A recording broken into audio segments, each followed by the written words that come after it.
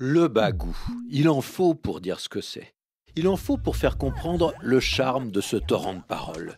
Le bagou, c'est parler beaucoup, bien souvent c'est parler fort, et presque toujours c'est parler vite pour empêcher qu'on vous coupe, pour garder la main, pour garder la voix. Et pourquoi tout ça? Pour convaincre, naturellement. Et surtout pour convaincre quelqu'un qui ne l'est pas d'avance et qui n'a pas forcément envie d'être convaincu. Et le bagou, il vient vous chercher, vous attrape par la manche, ne vous lâche plus, il y a un côté intrusif dans ce flot qui vous enveloppe, vous saoule un peu et finit par vous captiver. Mais c'est une douce violence. On se laisse faire en souriant, moitié sceptique, moitié charmé. Alors, qui a du bagou?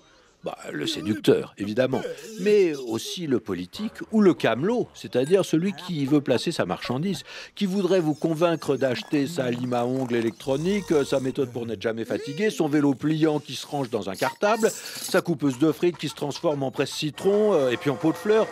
Plus il est difficile de vous persuader, plus le bagou a de mérite. Et bien sûr, on ne pense pas à un discours officiel, bien sage, dont tous les mots sont pesés. Le bagou, c'est toujours un peu débraillé, un peu familier, pour évoquer une langue, elle aussi familière, parce que le mot bagou, il dérive de gueule. Est-ce qu'il dit toujours la vérité?